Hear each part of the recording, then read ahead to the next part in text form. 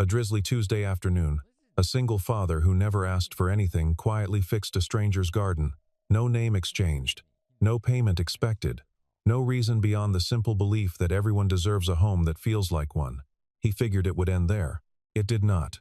The next morning, a sound split the stillness of Birchwood Lane like a blade through silk, the low, synchronized growl of luxury engines, the kind of sound that had never once visited this cracked sidewalk neighborhood. Black vehicles, tinted glass. One after another, they rolled to a stop in front of his weathered house. Daniel Merritt stepped onto his porch in a faded flannel shirt, coffee mug still warm in his hand, and stared. From the lead vehicle, a door swung open. A woman stepped out, composed, flawlessly dressed. The kind of presence that made the air around her feel deliberate. But her eyes were red. Not from crying last night. From crying this morning, in the back of that car. On the way here, she looked at him across the crumbling front walk. "I've been looking for you," she said, voice barely steady. For a long time, the house at 14 Birchwood Lane had a mailbox that leaned slightly to the left, a front step that creaked on the right side only, and a kitchen window whose latch had to be coaxed with a specific two-finger technique that only its inhabitants knew. It was, by most measures, unremarkable. By Daniel Merritt's measure, it was everything. He'd moved here 4 years ago with a single pickup truck, a mattress, a child's bed frame, still in flat pack, and his daughter Lily, who was 4 years old at the time, and had slept the whole drive with her cheek pressed against the window, utterly unaware that her entire world was being rearranged. Daniel was 36 now. He was not a large man, but he was the kind of solid that came from using his body for work, lean through the shoulders, hands that were always slightly rough, eyes that were gray-green and quiet and observant in a way that people sometimes mistook for sadness but was really just patience. He ran a one-man operation. General repairs, landscaping, handyman work for the neighborhood and surrounding blocks. He had a van the color of dried clay, a set of tools he maintained with the kind of care usually reserved for instruments, and a reputation, among the people who mattered, for doing the job right. He did not advertise. Work found him by word of mouth, one neighbor telling another, which was the only endorsement system he trusted. He preferred it that way. He had tried, in the first year, setting up a basic website. It had felt wrong in the way that a suit feels wrong on the wrong body, not because of the suit. He took it down after 3 weeks, and doubled down on the card he left on community boards at the library and the hardware store. The calls that came from those were the right kind of calls. His reputation was specific. Daniel Merritt arrived when he said he would. He did what he said he would. He did not do more than needed unless he thought more was needed, in which case he asked first. He cleaned up after himself. He charged fairly. He did not charm people or perform enthusiasm, but he listened carefully. And people in the neighborhood had learned in the way that people learn things that matter, slowly and without announcement, that this quality was worth more than enthusiasm. Lily was 8 now, and in that particular window of childhood where she was wise enough to ask the right questions and young enough to still accept the answers at face value. She had her mother's dark hair, which she wore in 2 braids that were always slightly uneven because Daniel was still learning, 4 years in, the geometry of a proper braid. She had Daniel's eyes, that gray-green stillness, that watching quality, and she had a personality entirely her own, curious, warm, prone to long silences, followed by a single, devastating observation. On the evening before everything changed, they ate dinner at the small kitchen table. Pasta, with a jarred sauce that Daniel had dressed up with garlic, and a sprig of rosemary from the pot on the windowsill. Lily ate with one hand and held a library book open with the other, a story about a lighthouse keeper and the sea. Daniel ate and watched her read and felt, as he often did in these ordinary moments, a particular quality of gratitude that had no clean name, something adjacent to relief, something adjacent to love. "Dad," Lily said, without looking up. "Yeah. Mrs. Patterson says your van is ugly." "Mrs. Patterson is correct." Lily turned a page.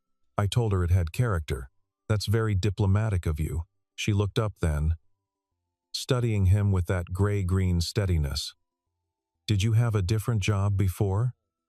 "Before this?" He was quiet for a moment, which was not unusual. Daniel was a man who gave questions the space they deserved. "I used to work indoors," he said, "for a big company.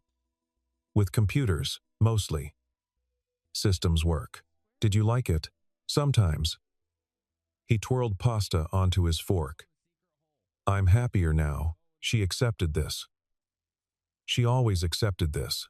Then she said, "I think you're good at making things okay again," and returned to her lighthouse keeper. And Daniel sat with that for a long time after she'd gone to bed. He'd been an infrastructure systems analyst. Once.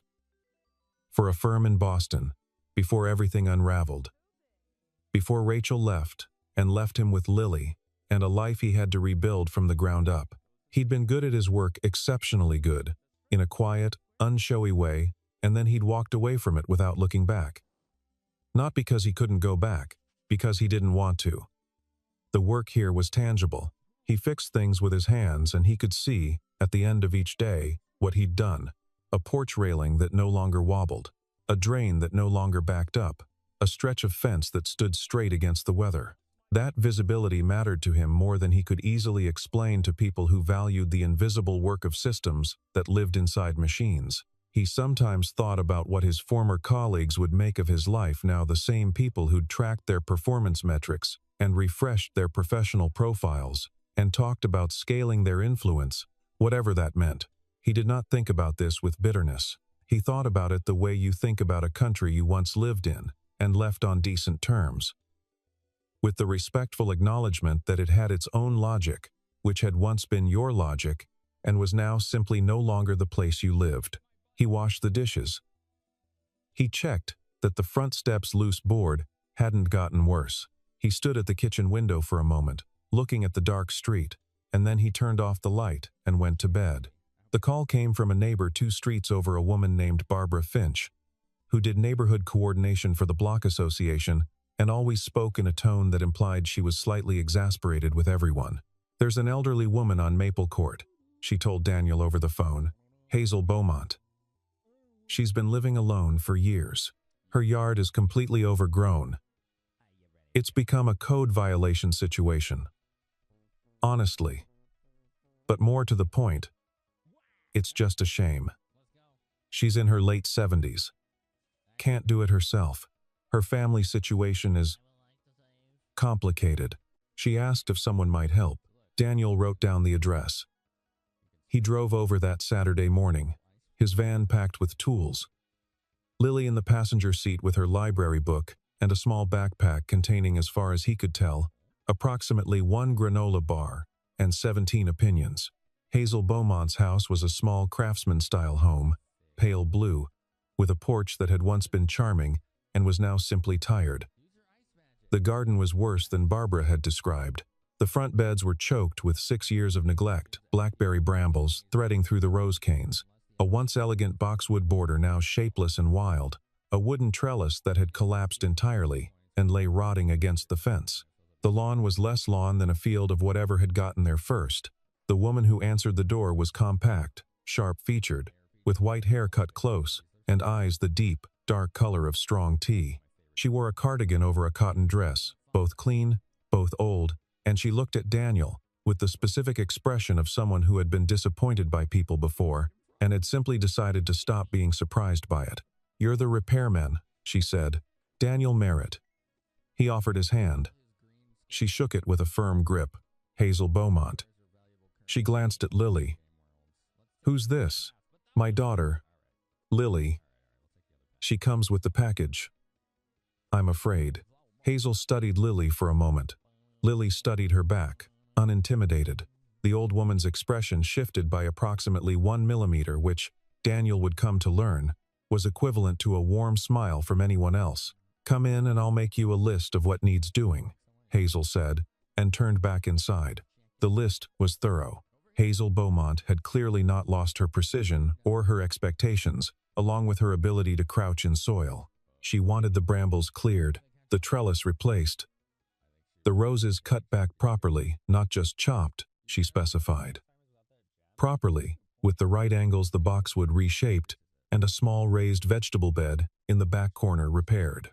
She walked Daniel through all of it, without apology for its scope, and he listened and nodded and made his own notes. "I can do all of this," he said. "It'll take 3 Saturdays. Maybe 4, if the weather doesn't cooperate. And the cost?" He named a number. She considered it, then said, "That seems low." "It is," he agreed. "But it's what I'd charge." She looked at him for a long moment, not suspiciously more with the quality of someone reading a text in a language they mostly understood, but wanted to be sure of. "All right," she said. He started that morning. Lily, after establishing that the granola bar situation had been resolved by Hazel providing what turned out to be homemade shortbread, settled herself on the porch steps with her book, and was immediately adopted into Hazel's quiet, gravitational field. By noon, the two of them were sitting together, Lily reading aloud, and Hazel listening with her eyes half closed and her hands still in her lap while Daniel worked through the brambles with the focused patience of a man who had nowhere else to be. At some point, Lily got up, crossed to a small clump of late-season black-eyed Susans that had survived at the garden's edge, and pulled a single stem, carrying it back to press into Hazel's hands. "So you have something nice to look at while we work," she said. Hazel held the flower and said nothing, but her hands, those precise, firm hands, closed around the stem with a gentleness that Daniel, watching from across the yard, filed away without quite knowing why. Daniel came back the following Saturday, and the one after that. On the second visit, while clearing the debris around the collapsed trellis, he found it, the outdoor electrical conduit that ran along the garden wall, feeding a set of lights that hadn't worked in what appeared to be years. It was a simple enough failure on the surface. A junction box had corroded, connections had oxidized, but when he followed the line back to the panel, he found a series of deeper problems: outdated wiring, a ground fault that could, on a wet day, have been genuinely dangerous. He could have left it. It wasn't on the list. But he stood there for a moment, looking at the panel, thinking about Hazel Beaumont living alone in this house, and then he went to get his diagnostic kit from the van. He worked on it for most of that afternoon. When he was done, the garden lights came on for the first time, in what Hazel later told him was 6 years. "I didn't ask you to do that," she said, standing in the back doorway, watching the lights. "No. I assume you'll be billing for it." "No." A pause. "Why not?" Daniel wiped his hands on a cloth and looked at the lights, small, warm, strung along the old stone wall at the back of the garden. They cast a glow that made the whole yard look like a place someone lived in, a place that mattered. "I just want it to look like a home," he said. He said it simply, without sentiment, the way he said most things. But Hazel was quiet for a long time after that. He didn't look at her face. He picked up his tools and began packing them. When he turned around, she was still in the doorway. Her expression had changed. That tea-dark sharpness had shifted into something older, deeper, less defended. She was looking at him as if she were measuring something that couldn't be measured with the instruments she'd brought. "My husband used to say something like that," she said finally. "That a place either feels like a home or it doesn't. That the difference is care." Daniel nodded. "He's been gone 11 years, she said. He didn't rush to fill the silence. He let it sit. Hazel seemed to appreciate that. Later, Lily found a small ceramic bird on the porch railing. Hazel had placed it there without comment and carried it to the car with the reverential seriousness of a child who understood she was being given something real. "She likes us," Lily told him on the drive home. "She does," Daniel agreed. "I like her too." "I know." Lily held the ceramic bird on her lap all the way home. Daniel watched the road and thought, for no particular reason he could identify, about the way Hazel had looked at him from the doorway, like she was checking a name against a list. The third Saturday, Daniel arrived to find Hazel in better spirits, or at least what passed for good spirits with her, which was a slightly reduced level of contained watchfulness. The vegetable bed was nearly repaired. The boxwood was taking shape. The roses had been cut back correctly. She'd inspected his work and said adequate, which Daniel had accepted as high praise. While he worked on the bed's drainage, he noticed a secondary conduit running beneath the back fence, something that didn't match the house's utility routing. Not unusual in older properties, but the routing suggested it connected to a larger buried system, one with the kind of redundant architecture he recognized from infrastructure work rather than residential electrical. He didn't mention it. It wasn't his business. But Hazel, sitting in a garden chair in a patch of late October sun, watched him notice it. He saw her notice him, notice it. A small, still moment passed between them. "You know what that is," she said. "Looks like distributed infrastructure wiring. Older design, probably 15-20 years old, closer to 18. He sat back on his heels and looked at her. "Not a residential system. No." She was quiet for a moment. "My husband built this house, but we used the property for more than living in." At one point, she paused. He was an engineer. Systems and infrastructure. Before he became something else, Daniel waited. Before he died, he used to say that the most dangerous vulnerability in any system isn't the code. Hazel said, "It's the assumption that someone else is watching." Daniel held her gaze. He was very still. "Sounds like a smart man," he said. He was. "So are you." She looked away. "Go on. Finish the bed." He finished the bed. As he was packing up at the end of the afternoon, he heard it, not trying to, not eavesdropping, simply an earshot while collecting tools near the back door. Hazel's voice, very low, on a phone call he'd never have known she was making if he hadn't been standing where he was. "It's him," she was saying. "I'm sure of it. Not because of the work, because of the way. He doesn't want credit for it." A pause. "He has a daughter. She's extraordinary." Another pause. "Yes. Yes. I think it's time. Come soon. I'm not as young as I used to be." Daniel walked to his van. He told himself it was nothing. He was not entirely wrong.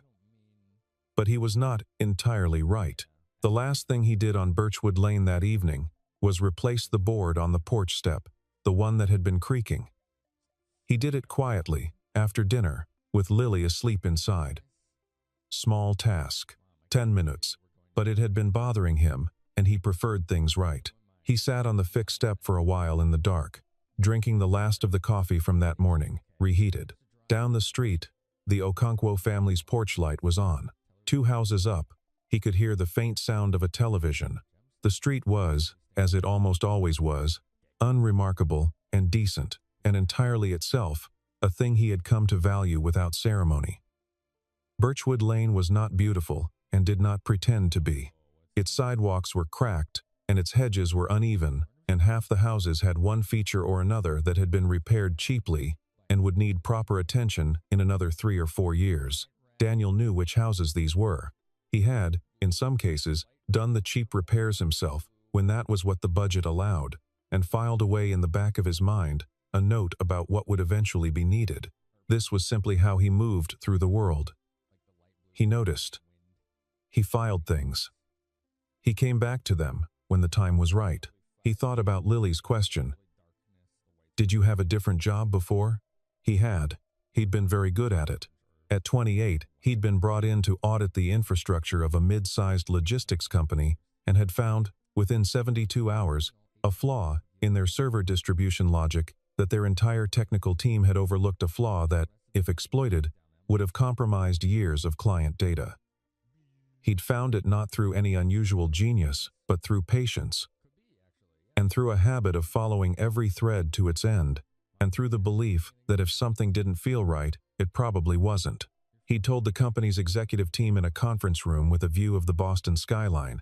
They'd been grateful, and then they'd offered him a full-time role, and then they'd been confused when he asked to think about it for a few days, because people with his skill set did not usually need time to think about offers like that. But Daniel had always been more interested in things being right than in being recognized for making them right. It was a quality that his ex-wife had initially found charming and eventually found maddening. He understood both responses. He'd left Boston after the divorce with Lily, and a version of himself he didn't fully know yet. He'd found, in Birchwood, that this version of himself was quieter and more capable of staying still and rather more content than the previous one. That felt like enough.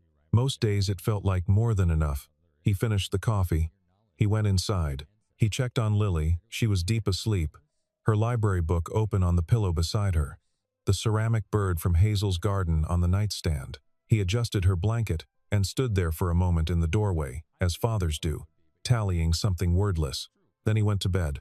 2 streets over, in the small, pale blue house on Maple Court, Hazel Beaumont sat in her parlor with all the lights on, including, for the first time in 6 years, the small, warm lights along the garden wall, and looked at a photograph on the mantelpiece, and herself, much younger, beside a man with an engineer's eyes and a builder's hands, and between them a girl, perhaps 7, with her father's sharp features and her mother's precision. She picked up her phone again. Sent a single text. "He'll be home tomorrow morning. Don't make it frightening." Then she turned off the lights, all except the garden ones, which she left burning, and went to bed. Daniel heard them before he saw them. He was in the kitchen at 6:48, making Lily's breakfast, scrambled eggs, toast, a glass of orange juice that he cut with water because she'd been sleeping poorly, and he'd read somewhere that full-strength orange juice first thing in the morning spiked blood sugar in a way that wasn't ideal for children, and he was the kind of father who read things like that and remembered them when the sound reached him. Low. Multiple engines. The particular growl of high-displacement vehicles in low-speed convoy formation. He set down the spatula and moved to the window. There were 7 of them. Black SUVs, all the same model, all maintained to a standard that made his clay-colored van look like an agricultural vehicle. They moved down Birchwood Lane with a deliberate patience that somehow felt louder than speed would have. One by one they stopped, and kept stopping, until the entire front of his property and the 30 feet of curb on either side was occupied. He stood at the window for a moment. Then he turned off the eggs, which would burn, and walked to the front door. He was aware, stepping onto the porch, of Mrs. Patterson across the street, her face at the window, hand already on her phone. Of young Trevor Alderman, 16, who'd been shoveling his family's front walk and had stopped mid-shovel to stare. Of old Frank Devereaux, 3 doors down, already on his own porch in his bathrobe, because Frank had been waiting for something interesting to happen on this street for approximately 8 years. The doors of the vehicles stayed closed. Then the lead vehicle's rear door opened. The woman who stepped out was somewhere in her early to mid-40s, with dark hair pulled back in a way that communicated authority rather than style. She wore a coat that said money not loudly, but certainly charcoal wool, clean lines, a quality that made it almost invisible as clothing, and simply present as refinement. She moved with the kind of controlled composure that you either were born with or had spent years building from materials that included significant personal cost. She was composed. Her eyes, though, were not.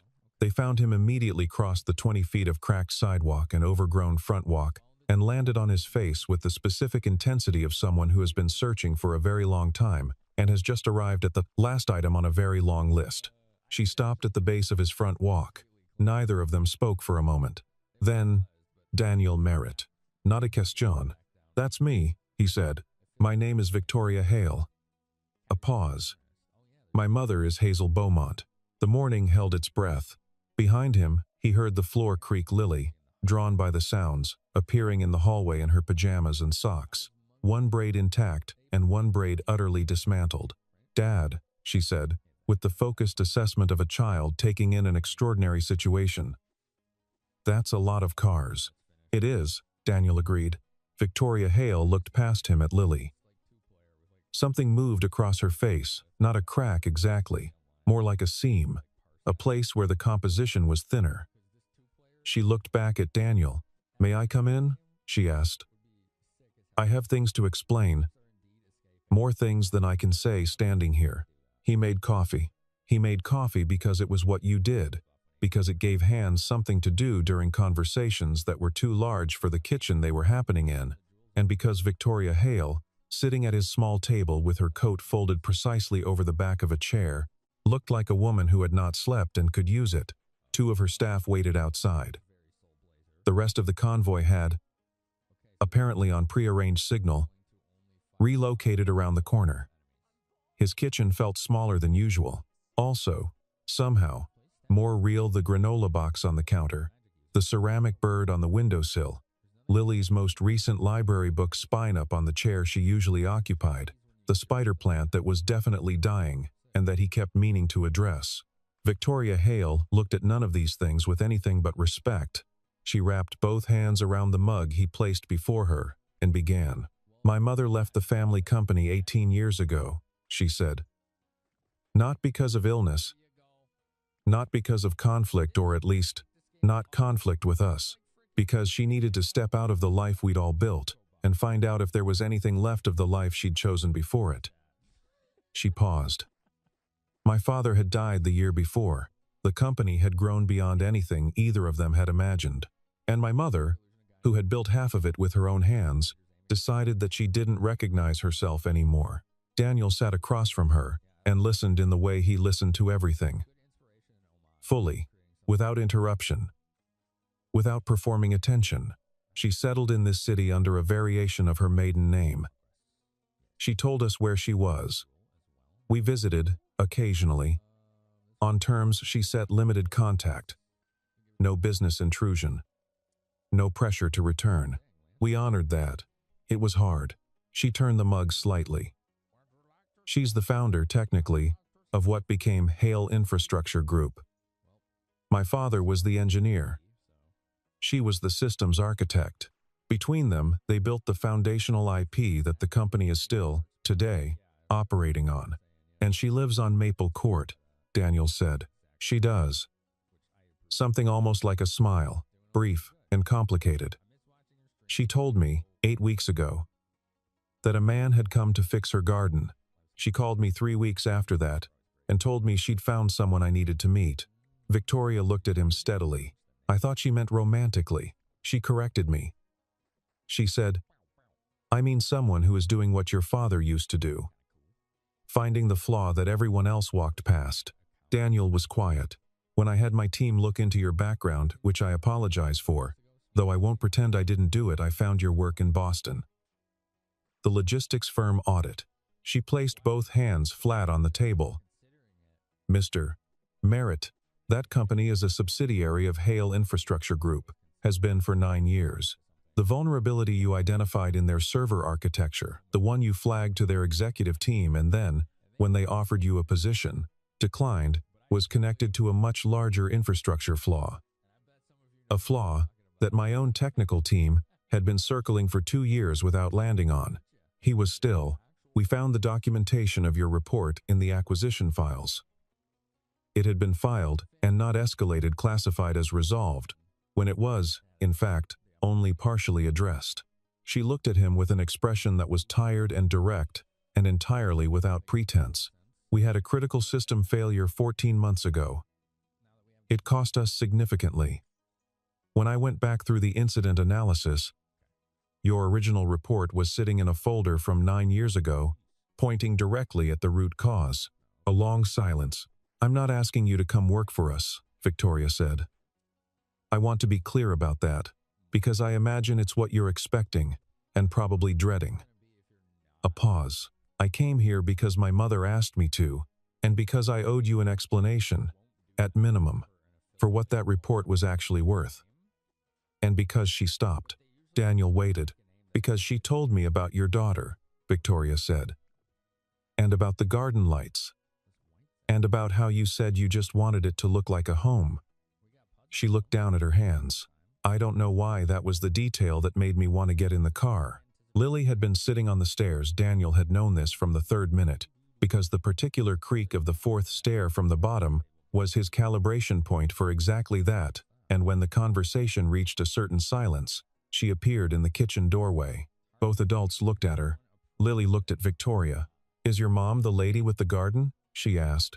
"She is," Victoria said. "She makes really good shortbread." "She does." Something in Victoria's face shifted, softened by about a decade. "She taught me when I was your age." Lily seemed to file this. Then, "Are you sad?" Victoria opened her mouth and then closed it, which Daniel recognized as the response of someone who had been asked a question they had the answer to, but hadn't planned on giving it today. Her eyes, which had been carefully managed throughout the entire conversation, did something unauthorized. "A little bit," she said. "Sometimes." Lily crossed the kitchen, pulled her chair away from the table, sat down, and placed her forearms on the table with the focused presence of someone who had decided to be part of this conversation properly. "My dad says sad is okay," she told Victoria. "He says it's your heart telling you it remembers things." Victoria Hale, who had managed the quarterly communications of a $2 billion infrastructure company for 11 years and who had, in that time, spoken in front of legislative committees, negotiated hostile acquisitions, and delivered a eulogy for a board member in front of 400 people, this woman sat in Daniel Merritt's kitchen and did not entirely manage to keep her composure. She pressed her lips together. She turned her face slightly to the side. Then she turned back. "That's a very good way to think about it," she said. "I know," Lily said. Daniel stood up. He said, "I'll make more coffee." This was both practical and an act of mercy, and Victoria seemed to understand it as both. While he stood at the counter, Hazel arrived. He heard the car door first one of the SUVs, the sound of assistance, measured footsteps on the walk. He turned to find Hazel in his kitchen doorway, carried to the house on the authority of 2 decades of not needing to move quickly for anyone, wearing the same kind of cardigan she always wore, and looking at the room with the expression of someone who has set several things in motion and arrived to confirm they've landed properly. She looked at Daniel. She looked at Victoria. She looked at Lily. "Good," she said simply. Victoria stood up and crossed the room, and for a moment, one of those moments that has no clean edges, the two women simply held each other. Not dramatically, just with the particular grip of people who have been on either side of a careful distance for a very long time, and have, at this moment, agreed to put it down. Lily watched this. Then she stood up and went to stand beside Daniel, and he put his arm around her shoulders, and they watched the two women in his kitchen, and the morning light came through the window that needed the 2-finger latch technique and fell across all of them, like it had nowhere better to be. The first weeks were quiet. Victoria did not move into his life. She did not offer him money, or a position, or any of the things he had been braced for. She came to Birchwood Lane on a Saturday, with her mother, and helped Daniel and Lily plant the last section of Hazel's back garden bulbs for spring, chosen by Lily, from a catalogue with the deliberation of a general. Victoria had not gardened since childhood, it emerged. She was bad at it, in a way that she found genuinely funny, the slightly wrong angle of the trowel, the miscalculated depth of the hole, and her willingness to be bad at something in front of people she'd just met, was the first crack through which Daniel revised his understanding of who she actually was. She was precise and controlled in the way of someone who has had to be. Underneath that, she was direct, impatient with artifice, deeply loyal to the small number of things she considered worth being loyal to, and possessed of a dry humor, so understated that it frequently landed several seconds after she'd delivered it, at which point she'd already moved on. Daniel did not rush anything. He was incapable of rushing things he cared about. They talked, across several weeks, in the way that people talk when they're actually listening, not building their response while the other speaks, but actually waiting to hear the end of the sentence before deciding what to say. Victoria, who had spent a decade in rooms where everyone was half planning their next statement, found this disorienting, and then found it, slowly, like something she hadn't known she was hungry for. She asked him, one evening in Hazel's garden in November, both of them seated in the cold with tea, watching Lily arrange fallen leaves into a complicated pattern. Only she understood what he'd wanted, really, when he left Boston. He thought about it, to be present for something, he said. I'd spent years analyzing systems for failure points. All this focus on what might break down. I wanted to be somewhere where the focus was on what was being built. Victoria turned her mug in her hands. I've been running the company for 11 years, she said. I've spent most of that time making sure it doesn't fall apart. I can't remember the last time I thought about what it was building toward. A pause. My father used to ask that, what are we building toward? And my mother could always answer it. She looked at the lights, strung along the garden wall. I stopped being able to answer it about 4 years ago. What happened 4 years ago? She was quiet for a moment. Everything felt like maintenance, she said. Important maintenance. But only that. Lily looked up from her leaf arrangement. "Dad says, maintenance is love," she offered. They both looked at her. "He fixes things so they keep working," Lily continued, apparently not finding this complicated. "That's what love is." She returned to her leaves. Victoria looked at Daniel. Daniel looked at Victoria. "She's going to be frightening when she's grown," Victoria said. "She already is," Daniel said. There was, in that exchange, something neither of them named. There didn't need to be. Victoria came back the following Saturday. And the one after that. In December, she arrived to find Daniel repairing Hazel's porch railing a gift. He said, just something that needed doing, and she sat on the porch steps, and they talked for 2 hours, while Lily and Hazel were inside, making shortbread, and apparently, reorganizing the parlor bookshelf by subject matter rather than size, which Hazel considered an improvement. The conversations they had, across those weeks, were not courtship conversations in any conventional sense. They did not discuss their relationship or where it was going or what they were to each other. This was partly Daniel's nature and partly Victoria's preference. Once she recognized that absence of declaration did not mean absence of commitment, it meant the opposite. People declared things loudly when they were trying to convince themselves. People who were simply being present didn't need the announcement. What they did was talk about actual things. The logistics of running a $2 billion company during a period of significant regulatory change in the infrastructure sector, about which Victoria had articulate and occasionally furious opinions. The principles of proper rose cultivation, about which Hazel had been educating Daniel for weeks via a system of annotated index cards. The contents of Lily's current library book, a dense young adult novel involving time travel and municipal engineering, that she had recommended to both of them with the confidence of someone who knows her recommendation is correct. The specific problem of the Okonkwo family's front walk, which needed not just repair but regrading. And what the right way to approach this conversation with them might be. It was the last subject, somehow, that made Victoria say, "You know, most people would just let that one go. It'll be a safety issue by spring," he said. "Ice patches." "I know, I just mean..." She paused. "You notice things and then you actually do something about them. Most people stop at noticing." He handed her a sander. "Hold this." She held it. They went back to work.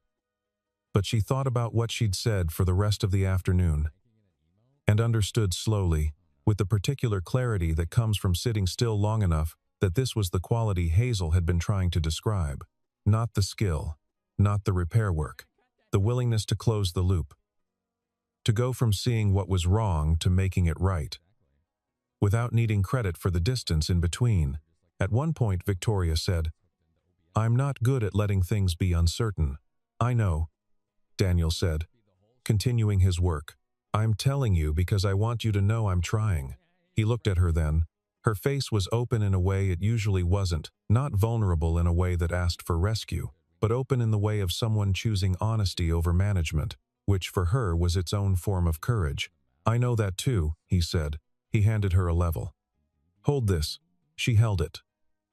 She held it for the rest of the afternoon, and handed him things when he asked for them, and did not attempt to manage any part of what was happening, and found that this was, unexpectedly, one of the more satisfying afternoons she could remember.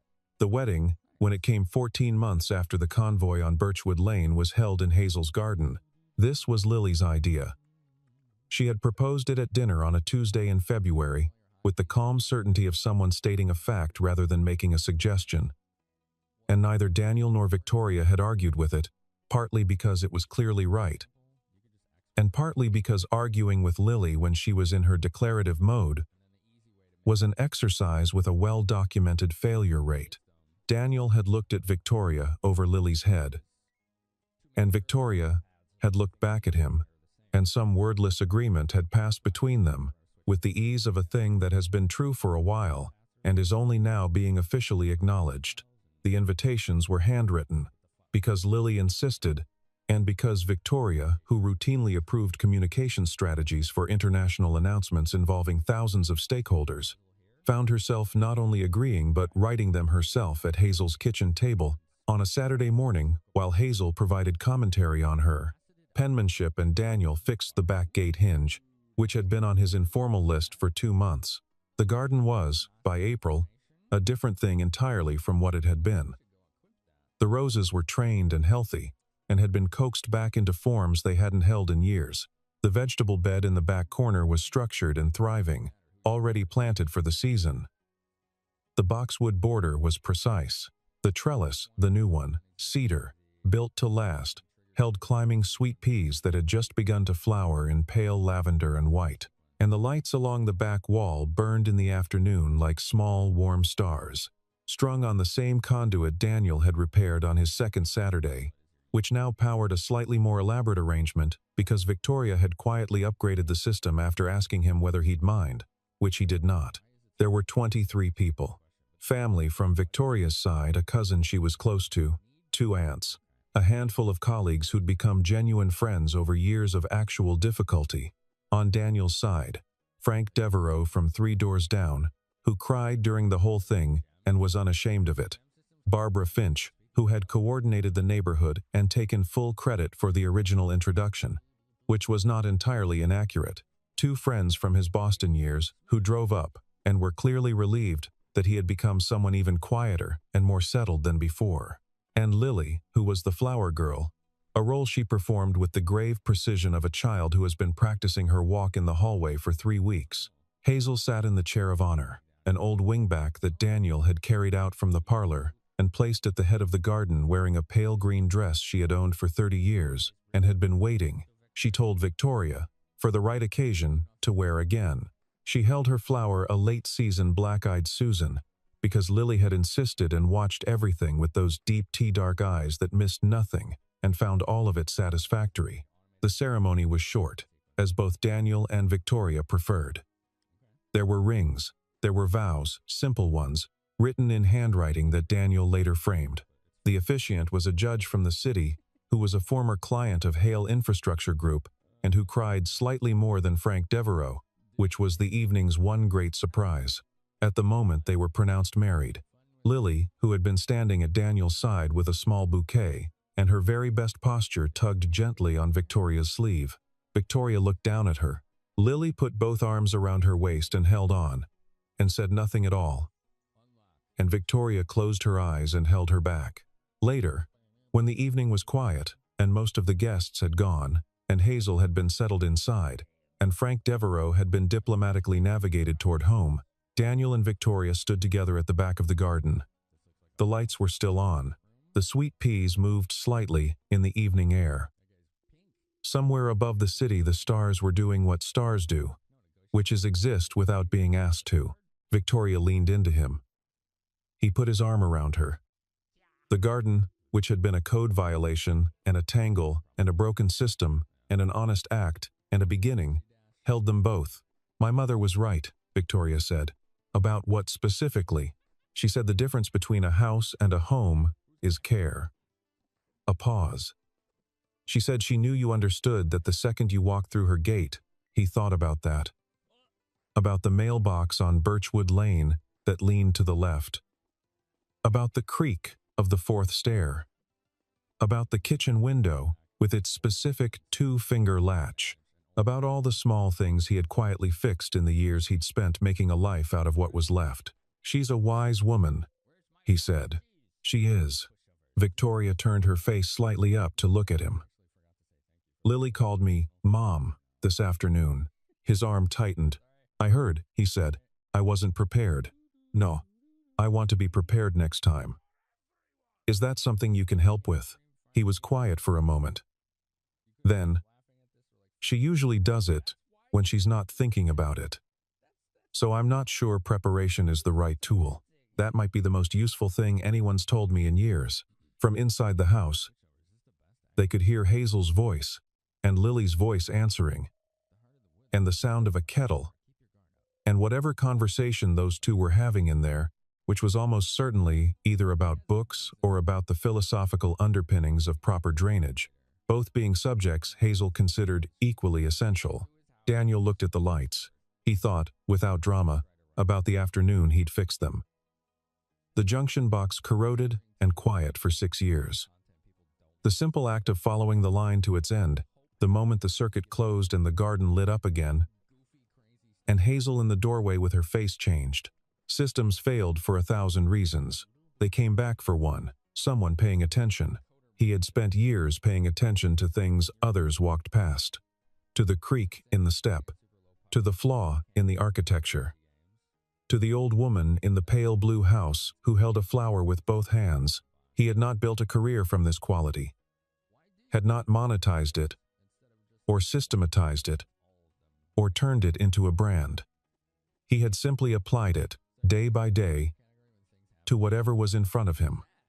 The loose board, the oxidized junction, the garden that needed to look like someone cared about it, these were not heroic acts.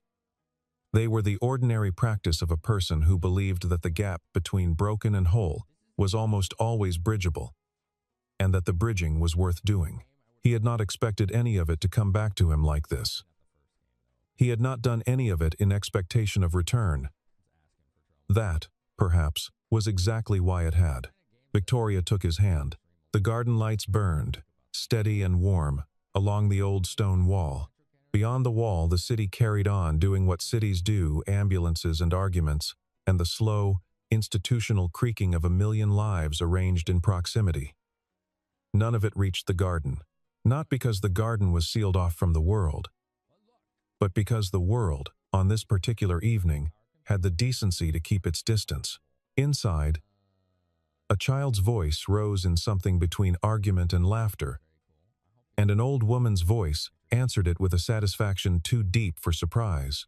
Hazel Beaumont, who had built a company from an engineer's vision and a systems architect's precision, who had walked away from all of it because she needed to find out whether there was a self underneath the achievement, who had found that self still present in a pale blue house, with a neglected garden and a front step that needed fixing. This woman was inside her own kitchen, drinking tea, teaching a child the correct way to argue about book organization, and was happier than she had been in 11 years. The evening held all of it: the fixed lights and the spring bulbs and the cedar trellis and the good work of careful hands, and asked for nothing back.